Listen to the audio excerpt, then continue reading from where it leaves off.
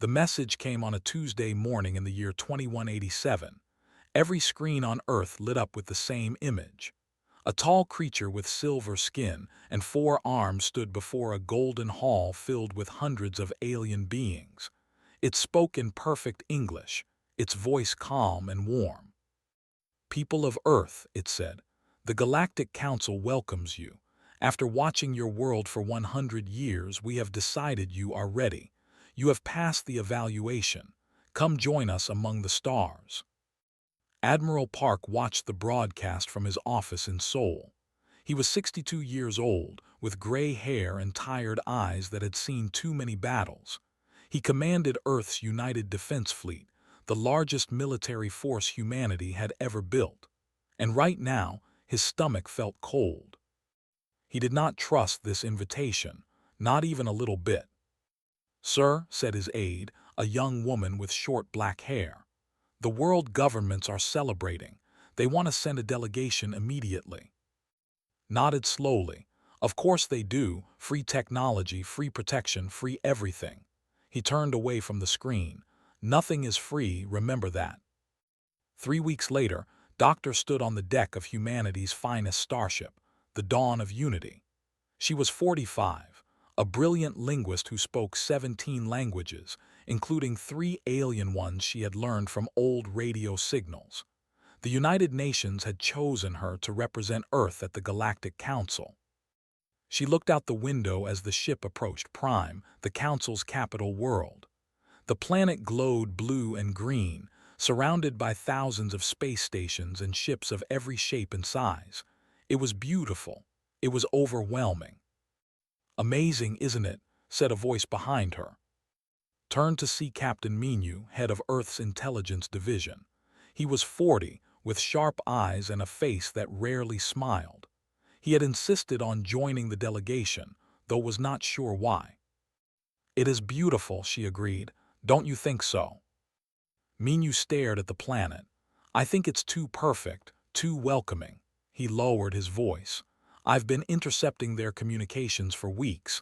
Most of it is encrypted, but I've broken some of it. They keep using a word I don't understand. Harvest." Frowned. "Harvest, like farming." "Maybe, or maybe like collecting." Minu's eyes met hers. "Be careful in there." Doctors smile and shake hands, but don't trust anyone. The council chamber was larger than any building on Earth. Representatives from 47 species sat in a great circle, their bodies ranging from small and furry to tall and mechanical. At the center stood Counselor, the silver-skinned alien who had sent the original message. He was the leader of the most powerful species in the galaxy. Doctor said, spreading his 4 arms wide, "Welcome to the family of civilizations. Earth has shown great promise. Your art, your music, your passion. We are honored to have you." Bowed respectfully. "Thank you, Counselor. Earth is eager to learn and to contribute." Smiled, at least thought it was a smile. "Of course, but first there are some small matters to discuss, a simple treaty." He waved one hand, and a holographic document appeared in the air. Read it quickly, her heart sinking with every line. The treaty required Earth to reduce its military by 90%. It required Earth to share all scientific research. It required Earth to accept council advisors in every government. In exchange, the council would protect Earth from all threats and share advanced technology. "This is very thorough," said carefully. "Standard procedure," replied. "Every new species signs it. It ensures peace and cooperation. Surely you understand that a civilization as young as yours needs guidance." Thought of Minu's warning. She thought of Admiral's cold eyes. But she also thought of what this could mean for Earth. Medicine that could cure all diseases. Ships that could travel between stars in days. Clean energy forever. "I will need to consult with my government," she said. Nodded graciously. "Of course, take your time. We have waited 100 years. We can wait a few more days." Back on Earth, Admiral read the treaty with growing anger. He sat in a secure room beneath the Pacific Ocean. surrounded by screens showing military positions across the solar system. "They want us to disarm," he said quietly. "They want us weak." Captain Minu stood beside him, holding a tablet. "It gets worse, sir. I finally cracked their main encryption. The Council has done this to over 300 species in the past 12,000 years." "Done what exactly?" Minu turned the tablet so could see. "Enslaved them. They call it integration. The treaty is the first step. Once a species disarms, the Council sends in protection fleets that never leave. The native population becomes a labor force. Workers, servants, property." His hands became fists, and no one has ever fought back. "Some tried, none succeeded. The Council's military is vast, tens of thousands of ships, advanced weapons we can't even imagine." Minu paused. "But sir, there's something else. I intercepted a message sent right after Doctor arrived." "What did it say?" Minu's voice was grim. "Phase 1 complete. Harvest fleet en route to Sol system. Arrival in 3 days." Stood very still. 3 days. In 3 days, a fleet would arrive to conquer Earth. And Doctor was on an alien world, probably being watched, probably being used as a hostage without even knowing it. He walked to a communication panel and entered a code known only to 3 people on Earth. A screen flickered to life, showing an old man with white hair and clever eyes. This was Engineer, the most brilliant weapons designer humanity had ever produced. "Admiral said, I assume you've heard the news." "I have. Is Project Hammer ready?" Smiled slightly. "It's been ready for 20 years. We just needed a reason to use it." Nodded. "You have your reason. Begin activation. And contact our people in the belt. Tell them to prepare for a jump." "Understood." "And Admiral, the Council thinks we're a level 2 civilization, primitive, harmless." His eyes were hard as stone. "Let them think that. Let them think whatever they want, until it's too late." On Prime, signed the preliminary agreement. She believed she was bringing peace to Earth. She believed the Council was offering friendship. She did not know that thousands of warships were already on their way to her home. She did not know that Captain Minu had sent a coded message to Earth, warning them of the coming storm. And she did not know that somewhere in the cold darkness beyond Neptune, hidden inside asteroids and dead moons, weapons older than the Council's lies were waking up. Earth had been watching the stars for a very long time, and Earth had been preparing. The galaxy thought humans were children. They were about to learn how wrong they were. 3 days passed like a held breath. On Earth, people celebrated. The news channels showed happy crowds waving at the sky. World leaders gave speeches about a new age of peace. Children drew pictures of friendly aliens. Everyone believed that humanity's future was bright. Admiral Park did not celebrate. He stood on the bridge of the indomitable Earth's largest warship, hidden behind the dark side of Mars. Around him, his crew worked in silence. They knew what was coming. They had been training for this moment for 40 years. "Sir," said Commander Han, a young woman with quick eyes and steady hands. She was only 32, but she was the best tactical officer in the fleet. "Long-range sensors are picking up something near Neptune." "Walk to her station. Show me." The screen filled with dots, hundreds of them, then thousands. A massive fleet emerging from what looked like a tear in space itself, a jump gate hidden among the ice and rock of the outer solar system. 2,000 ships, whispered, maybe more. His face showed nothing. "Contact Engineer, tell him the guests have arrived." Deep beneath the mountains of Korea, sat in a room filled with screens and blinking lights. He was 70 years old, but his mind was sharp as a laser. He had spent his entire life building weapons that the Council's scans could never detect. The secret was simple. The Council looked for technology. They looked for power sources and metal structures and electromagnetic signals, so it hidden everything inside natural objects, asteroids, moons, old satellites that looked like junk. The weapons used no conventional power. They ran on something the Council had never seen before, something humans had discovered by accident 50 years ago. "Activation sequence ready," said a technician beside him. Nodded, "Wait for the Admiral's signal, not 1 second before." Aboard the alien flagship, Counselor watched the blue dot of Earth grow larger on his screen. He felt satisfaction. This was his 200th harvest. 200 primitive worlds brought into the Council's embrace. 200 species that now served the greater civilizations. Humans were nothing special. A little more aggressive than most, perhaps. A little more creative, but their weapons were laughable. Their ships were slow. Their defenses were non-existent. This would be easy.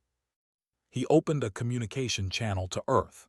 His silver face appeared on every screen on the planet, interrupting the celebrations. "People of Earth," he said, his voice no longer warm. "Your representative has signed the treaty. You now belong to the Galactic Council. This fleet comes not as enemies but as caretakers. You will be integrated into our society. Your strongest will work in our shipyards. Your will serve our scientists. Your children will learn their proper place." He paused, letting the words sink in. "Do not resist. No species has ever successfully resisted the Council. You have 6 hours to surrender your military assets. If you refuse, we will remove your major cities from existence. This is not a threat. This is simply what will happen." The channel closed. On Prime watched the broadcast in horror. She was in a beautiful room with windows overlooking the Golden City, but the door was locked. 2 guards stood outside. She understood now that she was not a guest. She was a prisoner. "You lied," she said to the empty room. "Everything was a lie." She thought of Earth. She thought of her parents her sister in soul, the millions of people who were now learning the truth. Tears ran down her face. She had helped them. She had signed that treaty. She had believed. But then she remembered something. Minu's warning, his suspicious eyes, the word harvest. Had he known, had Earth prepared? She wiped her tears. She had to believe they had. She had to believe humanity was not as helpless as it seemed. Admiral stood before his crew. Every ship in the hidden fleet could see him on their screens. His voice was calm. "You have all heard the enemy's message. They give us 6 hours to surrender. They think we are weak. They think we are afraid." He paused. "They are wrong." He looked at the camera. "For 40 years we have prepared. For 40 years we have watched and learned and built. The Council believes we are a level 2 civilization, barely capable of traveling between planets. They believe this because we wanted them to believe it." A murmur went through the fleet. "Today we show them the truth. Today we show the entire galaxy what happens when you threaten Earth." His eyes were cold fire. "All ships battle stations. We do not wait 6 hours. We do not wait 6 minutes. We respond now." The alien fleet moved toward Earth in perfect formation. Counselor sat in his command chair, bored. He had done this so many times. The waiting was always the worst part.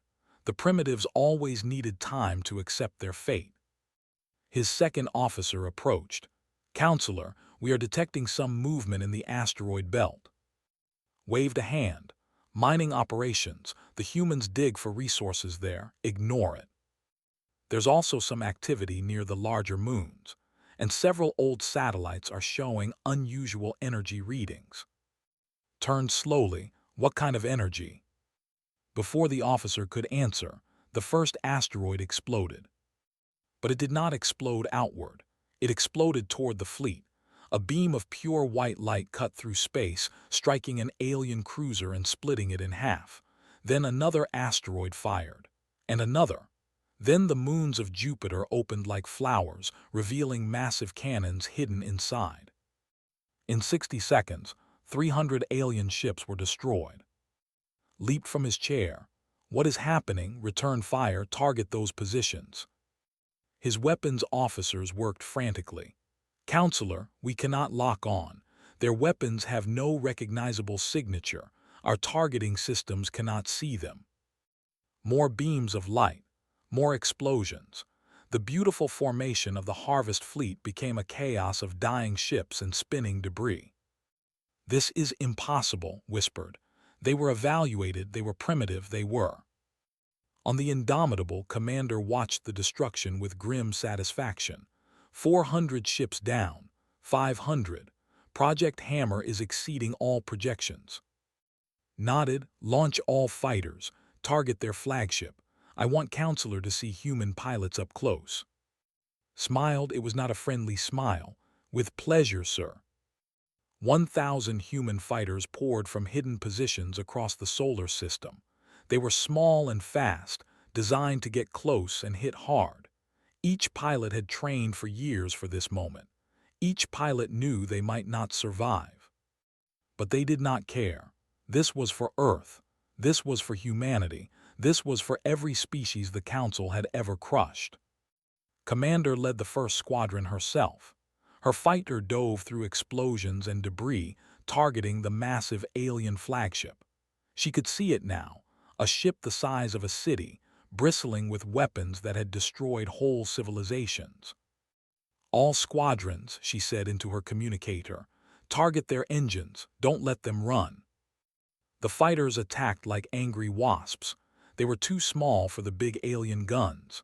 They moved too fast for the targeting systems. One by one, they hit the flagship's engines, each explosion a small victory. On the flagship's bridge, Counselor watched his screens fill with red warnings. His fleet was dying. His ship was crippled. And somewhere out there, the humans he had dismissed as primitive were tearing his world apart. "Counselor," an officer called, "we're detecting another human fleet. They just emerged from a jump point near Prime." Silver face went pale. Admiral's voice crackled across all frequencies, reaching every ship in both systems. "This is Admiral Park of Earth. You came to our home with lies and chains.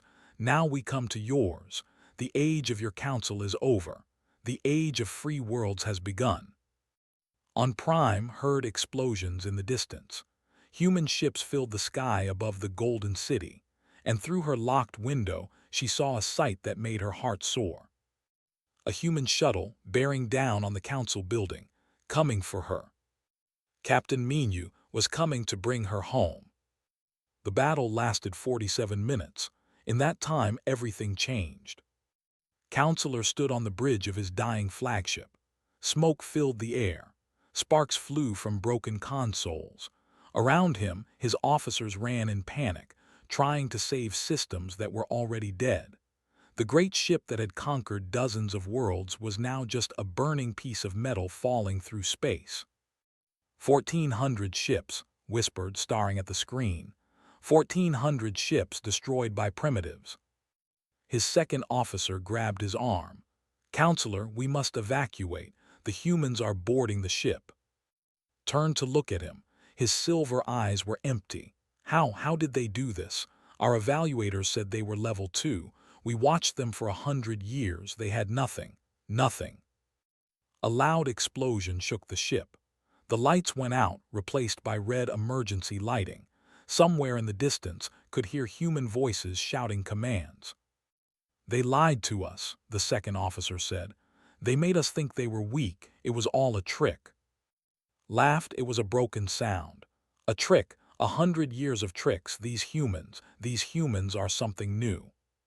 The bridge doors exploded inward. Human soldiers poured through, their weapons raised. They wore black armor and moved with the precision of trained killers. Leading them was a tall man with cold eyes and a scar across his face. Captain Menu walked up to Counselor and stared at him. "You wanted to enslave my world. You wanted to make us your servants." He grabbed by the collar.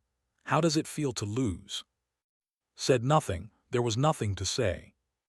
Far across the galaxy on Prime, another battle was ending. The human fleet that had jumped to the Council's capital was small but precise. 20 ships, each carrying special forces trained for exactly this mission. Their target was not the planet. Their target was one person. Commander had stayed behind to lead the cleanup in the Sol system, but she watched the operation on her screens. Captain Minu's shuttle had landed on the roof of the council building. His team was inside now, fighting through guards and security systems. "Come on, Minu," she whispered. "Get her out." Inside the council building, Minu and his team moved fast. They had studied the building's layout for years, using images from spy satellites and stolen data files. They knew every corridor, every door, every possible trap. "This room is on the 40th floor," Minu said into his communicator. "Team 2, take the stairs. Team 1 with me on the elevator." "Captain, the elevators are not working," said a soldier. Minu smiled. "They will be." He pulled out a small device and attached it to the elevator panel. Seconds later, the doors opened. Engineers' toys never leave home without them. They rode the elevator in silence. When the doors opened on the 40th floor, 12 alien guards were waiting. The firefight lasted 8 seconds. The humans did not lose a single soldier. Minu ran down the corridor to the locked door.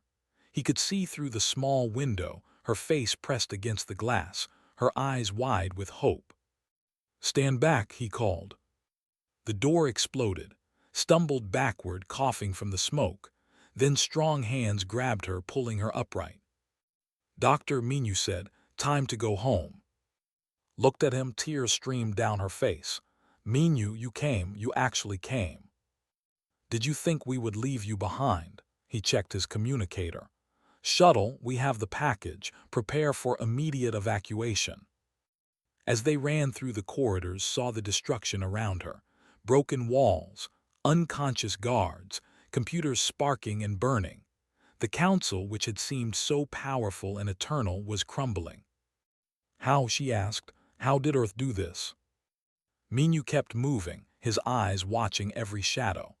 "We were never what we seemed, Doctor. Admiral started preparing 40 years ago when we first detected the Council's probes watching us.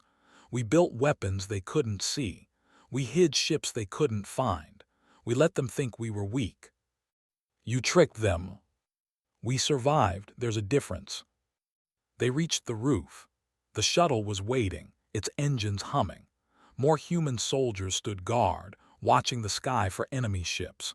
But the enemy ships were all busy dealing with the human fleet that was systematically destroying every military station in orbit.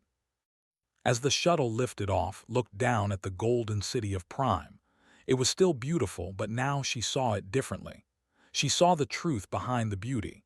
This city had been built on the backs of enslaved species. Its gold came from stolen worlds. Its peace came from the suffering of millions. "What happens now?" she asked. Minu sat beside her, finally allowing himself to relax. "Now we tell the galaxy what the Council really is. Now we give hope to every species they've crushed. And the Council, they still have thousands of ships, hundreds of worlds. They did, but their main fleet is destroyed.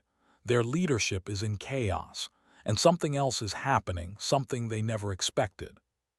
He showed her his communication device. Messages were flooding in from across the galaxy. Encrypted signals from a dozen different species, all saying the same thing. "They're asking how we did it. They're asking if we can help them do the same." Minu's eyes met hers. "The slaves are waking up, Doctor. Thanks to Earth, they're starting to believe freedom is possible." Back in the Sol system, the battle was over. The alien fleet that had come to conquer Earth was now wreckage floating in space. A few ships had tried to run, but the hidden weapons in the asteroid belt had stopped them. Nothing escaped. Admiral stood on the Indomitable's bridge, looking at the field of debris. Each piece of metal represented a ship that had meant to enslave his people. Each piece was proof that humans could fight back. "Sir," said an officer, "all enemy ships destroyed or disabled. We have approximately 300 prisoners, including several high-ranking officers." "Treat them well," said. "We are not like them. We do not torture. We do not enslave." He paused, "but we do not forget." He opened a channel to all of Earth. Billions of people saw his face on their screens. For once, the Admiral allowed himself a small smile. People of Earth, the threat has been eliminated. The alien fleet that came to conquer us lies in ruins. Our world is safe. A cheer went up around the planet. People hugged each other in the streets. Children laughed. Parents cried with relief. But our fight is not over, continued. The Galactic Council has done this to hundreds of species across the galaxy. For 12,000 years they have enslaved and murdered and destroyed. Today we prove that they can be beaten. Today we begin a new mission. Not conquest but liberation. Not domination but freedom. He straightened his shoulders. To every species living under the Council's boot, we see you. We are coming, hold on. The transmission ended. Across the galaxy, on slave worlds and prison stations and mining colonies, beings of every shape and size had watched the message. They had seen humans destroy an unbeatable fleet. They had heard the promise of freedom. For the first time in thousands of years, they dared to hope. On the Indomitable approached the Admiral. "Sir, we've received a message from Prime. Captain Menu has Doctor, they're returning home." Closed his eyes. "Good, very good." He opened them again. "And our losses?" 47 ships, 812 soldiers. His voice was heavy. "They died heroes, sir. Make sure their families know that. Make sure the world knows that." Looked at the stars. "Their sacrifice bought us more than safety. It bought us the chance to end this council forever." Nodded. "What are your orders, Admiral?" Thought for a moment. "Contact the species that have been reaching out to us. Tell them Earth wants to meet. Tell them we're building something new, something the galaxy has never seen before." "A new council." "No, councils rule. We want something different." He turned to face her. "A coalition, free worlds standing together. No masters, no slaves, just allies." Smiled. "I like the sound of that, sir." "So do I, Commander." He looked at the stars one more time. "So do I." The war was just beginning. But for the first time in 12,000 years, the Council was not winning. Earth had changed everything. And the galaxy would never be the same. The news spread like fire across the galaxy. On 100 worlds, beings watched recordings of the Battle of Saul. They saw the great Harvest fleet torn apart. They saw human ships pouring from hidden positions. They saw Counselor dragged from his bridge in chains. For thousands of years, everyone believed the Council was unbeatable. Now they knew the truth. The Council could fall, and Earth had shown them how. No was a war correspondent. She was 38 years old, with sharp eyes and a voice that could make anyone listen. Before the invasion, she had covered small conflicts on Earth. Now she covered the biggest story in human history. "Tell me about human history," said the alien sitting across from her. His name was Ambassador. He was tall and thin, with gray skin and large black eyes. His people, though, had been enslaved by the Council 800 years ago. They worked in mines and factories, building weapons for their masters. They had forgotten what freedom felt like. Until today. Pulled up images on her tablet. Humans have been fighting each other for thousands of years. We had wars over land, over religion, over ideas. We destroyed our cities and rebuilt them. We fell into darkness and climbed back into light. You fought each other, your own kind. Yes, we were terrible to each other sometimes. She showed him images of ancient battles, of bombed cities, of people suffering. But we also learned. Every time we fell, we got back up. Every time we destroyed, we rebuilt. We became better, slowly, painfully, but we kept going. Ambassador stared at the images. The Council taught us that violent species were dangerous, that they had to be controlled. That is why they harvest worlds like yours. The Council lied, said simply. Violence is not our nature, it's our tool. We use it when we must and we put it away when we're done. She leaned forward. We're not violent because we enjoy hurting others. We're violent because we refuse to give up. Ever. The ambassador was quiet for a long time. Then he looked at her with something new in his black eyes, something that might have been hope. "Can you teach us?" he asked. "Can you teach them to fight like humans?" Smiled, "That's exactly why I'm here." On Earth, Doctor stood before the United Nations. Every leader in the world watched her. Every screen on the planet carried her image. She had gone to Prime as a naive diplomat. She had returned as something else. A witness. "I saw their records," she said. "The Council keeps perfect records of every species they have conquered. Names, dates, methods.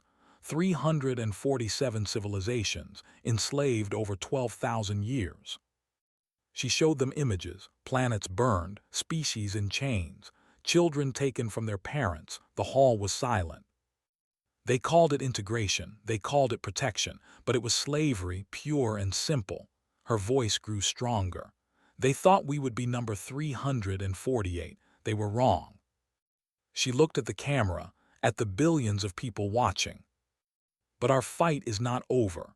The Council still controls most of the galaxy. They still have armies and ships and weapons. If we stop now, they will rebuild. They will come again. And next time they will not underestimate us."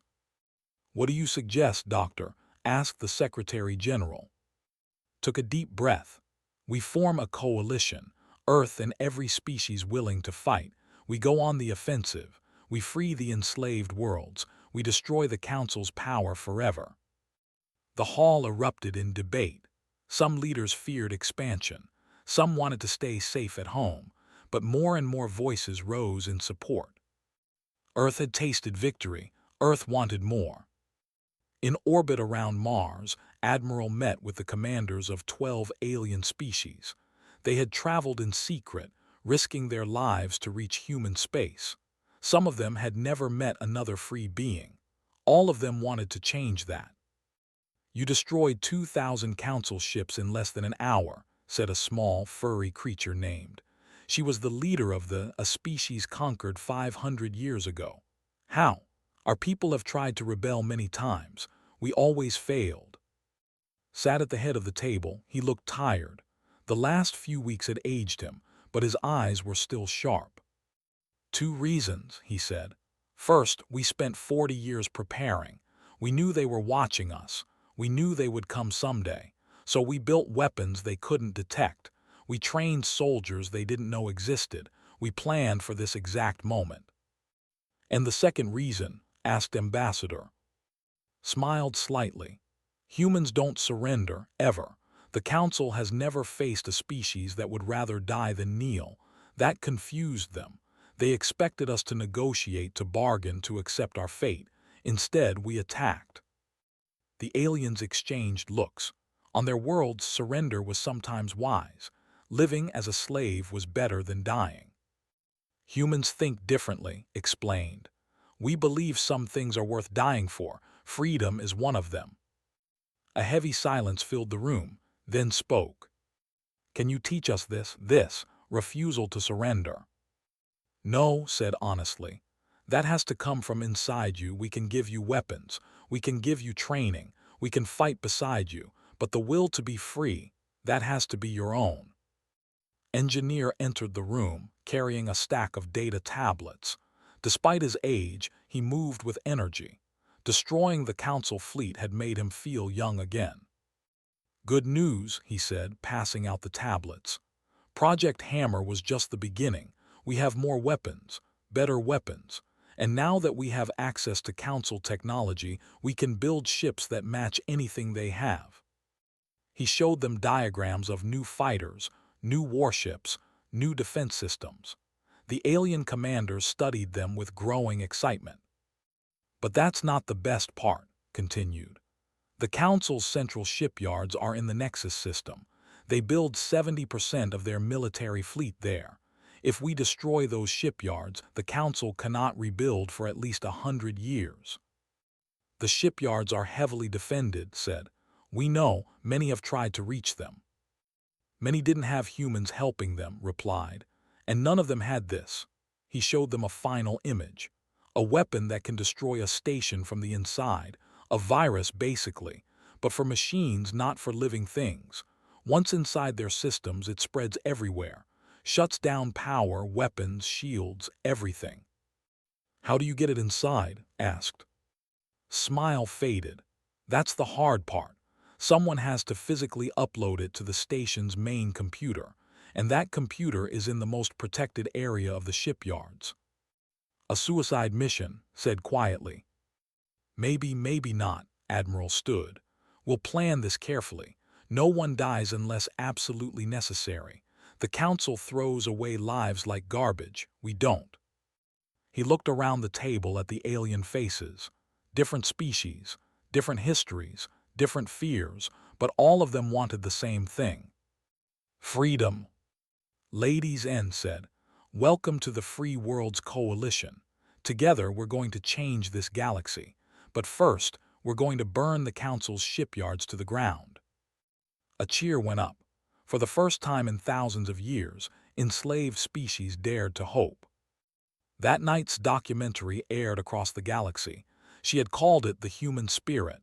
It showed everything: human wars and human kindness, human cruelty and human courage, human failures and human triumphs. At the end, she spoke directly to the camera. "We are not heroes, we are not saviors. We are simply a species that refused to accept the unacceptable. The Council told us to kneel, we stood. They told us to surrender, we fought. They told us we would die, we're still here." She looked into the lens, into the eyes of trillions of viewers. "If we can do it, so can you. The Council's power is built on fear. Take away the fear and what remains? Just ships and soldiers, and those can be beaten." She smiled. "Rise up, fight back, be free. The humans are coming to help, but the choice to be free, that has to be yours." The documentary ended. Across the galaxy, something shifted. On slave worlds and prison stations, beings who had never known freedom began to whisper.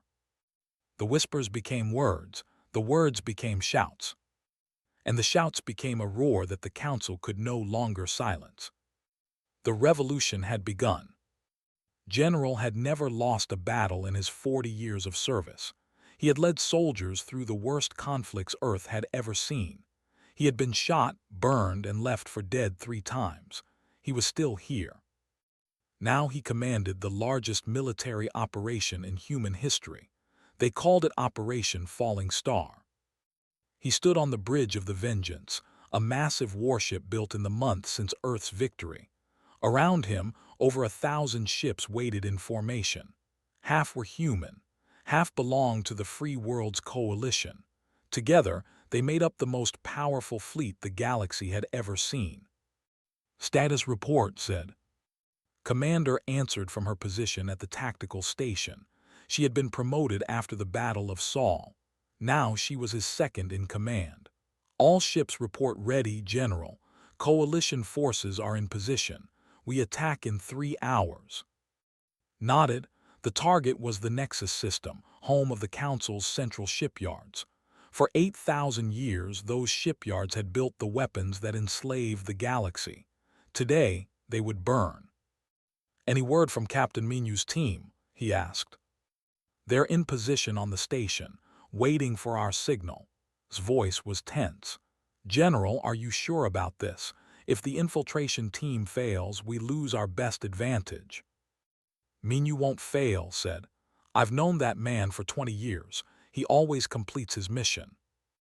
Inside the Council shipyards, Captain Minu crawled through a ventilation shaft. Sweat ran down his face. His muscles ached, but he kept moving. His team was 8 soldiers, the best Earth had to offer. They had infiltrated the station disguised as maintenance workers, using forged credentials created from stolen Council data. For 3 days they had waited, mapping the station, learning the patrol patterns, preparing. Now came the hard part. "Target is 50 meters ahead," whispered one of his soldiers through the communicator. "Heavy security, at least 30 guards." Minu checked his weapon. It was a human design, silent and deadly. "We go in fast, no noise. If they trigger an alarm, the mission fails."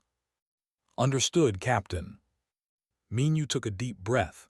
He thought of safe on Earth. He thought of Admiral counting on him. He thought of every enslaved species watching the stars, hopping for rescue. "Move," he said. They dropped from the ventilation shaft like shadows. The guards never saw them coming. In 60 seconds, all 30 were unconscious, taken down by silent weapons and precise strikes. Minyu ran to the main computer terminal. It was enormous, covering an entire wall, glowing with lights and data streams. This was the brain of the shipyards. This was his target. He pulled out a small device the virus engineer had created. So small, so simple, and yet it would destroy 8,000 years of Council military power. "Uploading now," he said into his communicator. "Tell the general to begin the attack." Outside in the cold darkness of space, General received the message. He smiled grimly. "All ships," he announced.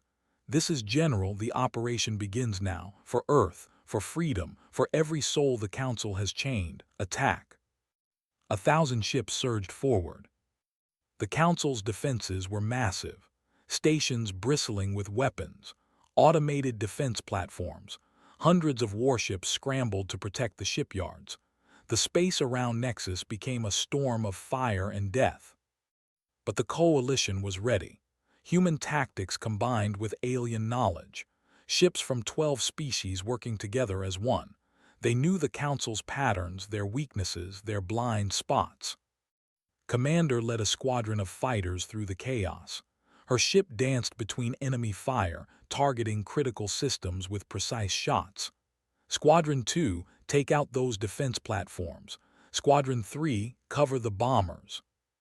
The battle raged for an hour. Ships exploded on both sides. Lives ended in fire and silence. But slowly, inevitably, the coalition pushed forward. Inside the station, Minyu watched his device do its work. The virus spread through the shipyard systems like a disease. Lights flickered. Doors opened randomly. Defense systems went offline. "It's working," said one of his soldiers. "But Captain, the Council has sent troops to our position. A lot of troops." Minyu heard the footsteps, hundreds of them, coming from every direction. "Hold this position," he ordered. "The virus needs 10 more minutes to spread completely. We have to give it time." "Captain, there are too many. We'll be overwhelmed." Minyu looked at his team. 8 soldiers against an army. The math was simple. Most of them wouldn't survive. "I know," he said quietly, "but this is what we signed up for. This is why we're here." He raised his weapon. "Make every second count." The Council troops arrived in waves. Minyu's team fought like demons. They used every trick, every weapon, every ounce of training. Bodies piled up at every entrance, but more kept coming. One by one, his soldiers fell. 5 minutes left. 2 soldiers down. 8 minutes. 4 soldiers down. 9 minutes. Only Minyu and 2 others remained. A blast caught Minyu in the chest. He crashed against the wall, pain exploding through his body. His armor had absorbed most of the damage, but he could feel ribs cracking, blood flowing. "Captain," one of his soldiers screamed. "Keep fighting," Minyu gasped. "One more minute, just one more." The device beeped. "Upload complete." Minyu smiled through the blood. "General," he whispered into his communicator. "Package delivered. Burn them all." Outside, General received the message. His face showed no emotion, but his hands trembled. "All bombers," he ordered. "Target the main reactors. Fire at will." The bombers released their weapons. Massive explosions tore through the shipyards. With their defense systems offline, the stations had no protection. They came apart like paper in a fire. 8,000 years of Council military power, destroyed in 30 seconds. On the station, the explosions reached Minyu's position. The walls shook. The ceiling cracked. "Captain, we have to move," shouted his surviving soldier. Minyu tried to stand. He couldn't. His legs wouldn't work. "Go," he ordered. "Get to the emergency shuttle. I'll slow them down." "I'm not leaving you, sir." "That's an order, soldier." Minyu grabbed his weapon with shaking hands. "Tell the Admiral. Tell him I completed the mission. Tell her I'm sorry I missed dinner." The soldier hesitated. Then she nodded, tears in her eyes. "It's been an honor, Captain." "The honor was mine." She ran. Minyu turned to face the council troops still coming through the smoke and flames. He couldn't stand. He couldn't run, but he could still fight. He fired until his weapon was empty. Then he used his knife. Then his fists. When they finally brought him down, there were 40 bodies around him. On the Vengeance, General watched the shipyards burn. Victory. The Council's military was crippled. It would take them a century to rebuild. But the victory felt hollow. "Status on Captain Minyu's team?" he asked quietly. Checked her screens. Her face was pale. "One survivor, Corporal, made it to an emergency shuttle." She paused. "The captain. Captain Minyu's signal went dark, sir, before the explosions." Closed his eyes. Minyu, his friend, his brother in arms. "He knew," said. "He knew he wouldn't make it back." "Yes, sir, I believe he did." Opened his eyes. They were wet. "Then we make sure his sacrifice meant something. We don't stop until every chain in this galaxy is broken. Order the fleet to regroup. We have more council systems to liberate." "Yes, General." The battle was over. The war continued. On Earth, Admiral received the news. He stood in his office, alone, looking at a photograph on his desk. It showed him and Minyu as young officers, smiling, full of hope and stupidity. "You did it, old friend," whispered. "You saved us all." There was a knock at the door. Entered, her face streaked with tears. She had heard. "He talked about you," she said. "On the way back from Prime, he said you were worth protecting. He said Earth was worth dying for." Couldn't speak, he just nodded. Walked to the window. Outside, the sun was setting over Seoul. The city glowed with lights and life. Freedom, safety, all bought with blood. "What happens now, Admiral?" Wiped his eyes. When he spoke, his voice was steady again. "Now we finish what he started. We free every enslaved world. We build a galaxy where no one has to kneel." He looked at Minyu's photograph one last time. "Was it worth it?" asked softly. Remembered Minyu's question from years ago when they had first learned about the council. Had they made the right choice? Had their preparations, their secrets, their sacrifices been worth it? "Ask me when every chain is broken," he had said then. Now, looking at the stars, looking at a galaxy finally waking up to freedom, he knew the answer. "Yes," he said. "Yes, it was worth it." The war was not over. Counselor, imprisoned on Earth, had sent a final message before his capture. A message to coordinates beyond explored space. "Wake the elders. The humans have ruined everything." Something old was stirring in the darkness between stars. Something that had slept for millions of years. But that was a problem for tomorrow. Tonight, humanity mourned its heroes and celebrated its victory. Tomorrow, the fight would continue. And Earth would be ready.